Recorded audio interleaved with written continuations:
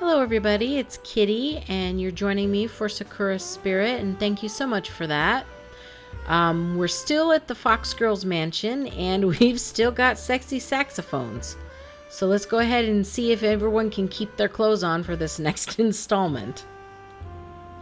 Once I reached it, I began quickly changing. If you could be so kind as to do me a favor, Taka-kun, my robes should be upon the dresser behind you. Could you pass them to me, please? It would speed matters up greatly. Sure, give me a second. After looking around for a moment, I found the robes neatly folded up on the dresser, my heart skipping a beat as I took a hold of them, before turning towards the screen to hand them over. Say, Michiko-san, how come you two walk around stealing people's underwear? I mean, you don't look like bad people to me. Well, it's complicated. Meiko was researching a spell that she had wanted to perform, one that would allow us easier access to certain things we need, and one of the ingredients was a maiden silk. The only silk I could think of was, well, you already know the answer. By maiden silk, you mean...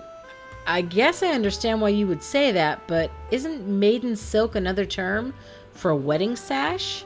It is in my world, at least. As I said this, the girl appeared from the other side of the screen. I never realized. What's that, Onisama? A maiden silk. It's a wedding sash. All of our work was for naught. Oh, well, at least a wedding sash will be easier to get. I'll just have to marry Taka-kun. What? A few minutes later. Dot dot dot. Dot dot dot. Dot dot dot dot. After that little incident, we relocated to the kitchen. The smell of the food filled the air. Despite the younger girl's easygoing attitude, always humming some cheerful melody, I found my cheeks still burning from embarrassment to think that a girl would say such a thing. Yeah, because out of all the things that's happened to Taka-kun today, a girl saying she wanted to marry him is the most embarrassing. That's pretty typical, commitment phobe issues he's got there. I mean, because seriously, I think he'd be more embarrassed about some of the other stuff. But I digress. I quickly shook my head to clear the thoughts from my mind and turned towards the elder sister. This soup is delicious. Meiko-chan, usually the one doing the cooking around here? Yay, I'm glad you like it, Takahiro. I don't usually cook, so I made a few lucky guesses. It is rather delicious, Meiko-chan. Perhaps you could do more cooking from now on. It would allow me more time to lounge around. Well, the first step to getting your wedding sash is to become a good housewife, and that includes cooking. I added this with a bit of amusement, following Michiko's comment. Yes, because that's how you catch a husband, boys and girls. You cook for him. Don't worry about being smart, talented, self-sufficient, or a good person. Just learn to cook, and the boys will come a-running. I took another sip of the soup. For a few lucky guesses, this dish had turned out pretty well. That's true. I'll learn how to clean, and I'll cook for you, and I don't know what else, but it'll be fun learning. And I'll never have any dreams of my own. Meiko, you stop that. You know very well it would be pointless for you to marry him. Only the villagers know how to craft a wedding sash, and we both know this will not happen. That's not necessarily true, Michiko-san. It only ever becomes more evident that you are not of this world, Taka-kun. The villagers do not tolerate our existence. They despise us. We could never ask such a favor of them. All we have to do is find some way to make the villagers accept you. But I guess I'll learn more about the village itself before we can do that. The pale-haired woman shook her head slowly, her ears flattening against her head as she did. It's not that simple. They would never trust us. Humans and fox spirits have never been able to get along. I am honestly surprised that you have been able to tolerate us this long. I would be happy to be proven wrong, and you're free to stay here as long as you wish, until, of course, you grow weary of our ways and decide to leave. Aw, she's got abandonment issues. She's got low self-esteem. These fox sisters need like Dr. Phil to come straighten them out or something. Onisama, please don't say things like that. Takahiro wouldn't do that, would you, Takahiro? Of course not. I wouldn't abandon someone just because they're different species. That's not the way Gushiken Takahiro does things. However, I do remember the village elder telling me that there wasn't just the fox spirits. It sounded like humans and spirits everywhere had been on bad terms for a long time. Do you know why, Michiko-san? I do not recall. Much information is withheld from someone such as myself. Most spirits keep to themselves these days. There are a few exceptions, Tsuri being one of them. Powerful spirits come and go as they please, but they tend to remain in their world. Fox spirits, however, have no place to go. We are stuck in the human world, for better or for worse. Huh? I didn't realize it was like that. I guess I'm finally learning stuff. Yes. Now sit down before you give yourself a headache, sweetie. Well, this Tsuri character, she lives in the shrine, right? We should try asking her for some ideas. No, we don't need to go see her. Absolutely not. No, I don't want to see her. I don't want to. I was somewhat taken aback by Michiko's suddenly childish way of speaking. It reminded me of the times I had been told to visit the doctor when I was younger, complaining and throwing tantrums along the way. But isn't she the only one that can help us? I refuse to go. Tsuri is a fiend, and I dislike the idea of spending even a second in her presence. Woohoo! Issues. She can't be that bad, can she? Besides, if anything happens, I'll protect you. Fine. If it really means that much to you, I will attempt to lead you to the shrine again. But you will enter the grounds alone. I don't want to go anywhere near that place. You will be on your own, Taka-kun. Can I come, Oni-sama? Absolutely not. I forbid it. You are not allowed to follow us under any circumstances, Meikyo. Fine. I'll stay here, just like you said. I'll be here in the mansion. All alone, unprotected, all by myself. Who knows what might happen to me? I could get trapped under a bookcase and die. Or slip on a banana peel and die. Or get bored and die of boredom. I'd be so super duper bored, sitting here all alone in the same place, day in and day out. Fine, I get it. You may come along, but you must be on your best behavior, little one. No running around and no talking unless spoken to. Okay. Despite Meiko's cheerfulness, I couldn't help but wonder what had happened between Michiko and this Tsuri for her to react so strongly. I decided that maybe it wouldn't be a bad idea to spend some time with the two sisters to get to know them a little bit better. Well, I do have 2 weeks until I need to get back to my own world, so there's really no need to rush. How about we do something else instead? I'm sure Michiko-san wouldn't mind the distraction. Oh my, if there's saxophones, I'm out, you guys. If it goes back to saxophones, I just can't in good conscience continue. Well, the longer I get to stay away from that place, the better. How about bringing Michiko-chan along to go fetch some desserts for us? There are oranges, apples, and a small vineyard behind the mansion. I could whip up some cream to go with it if you would like. Sure, that sounds easy enough. Let's get us some delicious fruit, Michiko-chan. All right. As Mayako led me towards the garden of the impressive mansion, she seemed a little quiet, as though she had something on her mind. I wanted to ask her about it, but something about the way her ears sagged and her tail hung low told me it probably wasn't the best idea. Yes, because 17-year-old boys are probably afraid of, feelings and emotions. I decided I would simply try to cheer her up. So, which do you prefer, Meiko-chan? Apples, grapes, or oranges? We could gather all three, but I bet we can grab a few for ourselves first. Apples, I guess. I knew a fox spirit once, a friend of Onisama, who loved apples. I can't remember her name, though.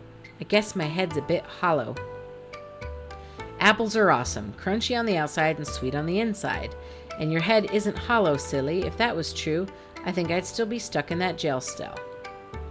Onisama did most of the thinking, though. I just sort of went along with what she said. Well, someone has to take the lead. Besides, I'm still grateful for your help all the same. How about... I playfully flicked Michiko's forehead with a grin. See? It doesn't sound hollow at all. I'm sure there's plenty of clever thoughts in there, in that pretty little head of yours. Ow, meanie. Now you know I'm right at least. Anyway, let's get those apples, shall we? Okay, I'll get them. You go grab that basket over there. All right, let's get down to business. Feeling hyped, I went to grab one of the baskets stacked nearby and returned to Meiko, who had started climbing one of the trees. The girl looked accustomed to climbing, but her small hands had me a bit worried. Hanging from the branch with just her legs, she checked to see if the apples were ripe. Meiko-chan, be careful, you might slip. Ow! The girl had thrown an apple at me, and while my reflexes let me catch it with ease, the force behind it still stung my palm a little. Of course, I did exaggerate a bit for the girl. Haha, I'll be fine, Taka-kun. I've been climbing these trees all my life. Even the most experienced climbers end up running into trouble if they aren't careful.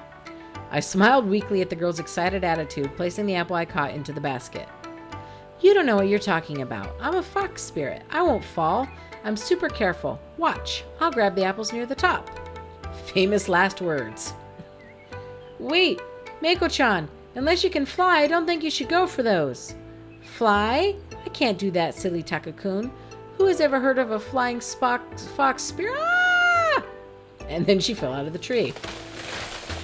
As expected, the moment Meiko tried to reach for one of the apples near the top of the tree, the girl ended up losing her footing and tumbled down towards the ground with a loud cry. Meiko! My reflexes quickly kicked themselves into gear, trying to catch the girl before she hit the ground. Unfortunately, I didn't notice the apples scattered around the tree, and as a result, ended up tripping over them. I managed another few steps and was able to catch Meiko before I dropped to the ground. My head was throbbing once I had recovered from the fall. I tried to sit up, but I found myself held down by a small but substantial weight. Is he trying to say she's heavy? Ah! Hold on. I time warped, you guys. Hold on. Dang it. Oh my gosh. Okie dokie. Opening my eyes, I looked up to see Meiko sitting on my lap. Owie. I guess I tried to reach a bit too far. Thank you, Takahiro. You saved me. And you gave me a soft, well, kind of soft and kind of hard landing. Oh my gosh. No saxophones, but still. Meiko-chan, do you mind? You're crushing me. Wah, oh my gosh. Takahiro, I'm sorry. I'm so sorry. As the younger girl grew increasingly flustered, I knew I had to calm her down. Gently, I tilted my legs beneath her, and she toppled forwards, her head resting against my chest. Smooth. I guess we're learning that fox spirits can be pretty clumsy. Or maybe that Meiko is even cuter up close than I had thought. What? Takahiro, I think you're mistaking me for Onisama. Nope. I'm talking about you, baby. You have an innocent side to you that's really charming. And easy to manipulate. I like that in a girl. I wouldn't be surprised if lots of people from the village would want to claim you as their adorable little sister once we've cleared up those misunderstandings. I'd be happy to call you my brother, Takahiro, but lots of people in that village are super mean. I just want to spend time with you and Oni-sama. But brother? How about darling? Darling? I don't know if I'm ready for that. Really? I think we'd be a cute couple. A hero and a fox spirit living happily ever after. Your sister could stay too. Oh my gosh. We could raise a little family. I mean, we already have a house, so we wouldn't have to worry about that, and any guy from my world would kill to have a pretty wife like you.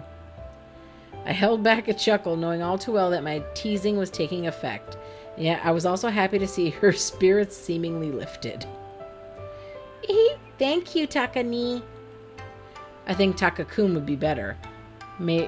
Machiko-san probably wouldn't like another sibling, but I'm glad you cheered up. You didn't seem too happy earlier. By the way your tail and ears were hanging low, you reminded me of a scolded puppy. Huh? Oh, right. I was just thinking is all. You know, about that spell I wanted to try. The one that needs the silky wedding undies? Wedding sash. It's kind of like a belt that the bride wears during the wedding ceremony. I doubt any spell involving panties would be a good idea to cast. Oh, I thought it was like wedding undies that you wear on your wedding night. Anyway, the spell. I don't know why. I've wanted to try it for a little while now, and well, it's a gate spell. Not like those temporary ones that are easy to make. A permanent one, like a portal to a different place. Sounds interesting, but are you sure it's safe? Silly Taka, that's not the point. This spell, it might be able to help you. Well, that's good and all. I'd prefer not ending up in the middle of a sea or a live volcano. I think we should be a bit more careful with your magic. I'm a good mage. That's what Harry said when he told Atlantis he had a solution to their water shortage. What? I guess that's a reference I'm not getting. Huh? What's Atlantis? A city with high ambitions sunk into the deep due to poor management. Anyway, I think it's best if we get an expert's opinion before we try anything. We're going to visit this to Suri anyways. Maybe she'll be able to tell us if your spell will get me home. Wah, but Su-chan told me I shouldn't use magic at all. She said it was only for her to use or something. Maybe she had a reason for saying that. Like maybe, I don't know. Do spells have side effects? You're just like Onisama. She forbid me too, but I showed her that spells could be helpful and I can control them. So she let me do more research. I'm not going to throw spells around like they're nothing. I'm not a dumb little kid. I'm not going to do anything. Besides, you seem old enough to take care of yourself. Not that I know how old someone like you might be, but beware of the dark side of magic. In most stories, magic usually comes with a price. Like, what would you do if a magic gave you a terrible tummy ache, or headaches, or worse, diarrhea? Then you better prepare a gate spell to the nearest bathroom. I do get headaches, but those aren't really all that big a deal. And I do get a lot of things for Onisama. I'm not going to change that ever, so there. I already said I wasn't going to make you do anything. However, what you do need to change is the fact that you're straddling me, and you're rather close, so I'd appreciate it if you could get off. Ah, but you're warm and soft. I could just curl up and sleep on you. Wait, don't go falling asleep on me. Just kidding. I wouldn't do something like that out here. Maybe tonight, though. It's only fair since Onisama got to do it. But more importantly, dessert. We need to get back inside. Onisama is probably wondering what's taking so long. I couldn't really argue with the girl's impeccable logic. With a smile, I helped the girl to her feet, gathered the few fallen apples into the basket. Alright, guys. I think that's a good place to stop it for now. We will see what they decide to do with those apples and what they can find out from Tsuri. Thank you so much for joining me. I appreciate it. If you like this video, hit like. If you like this channel, hit subscribe. We really appreciate that. And thank you once again for joining me for Sakura's Spirit.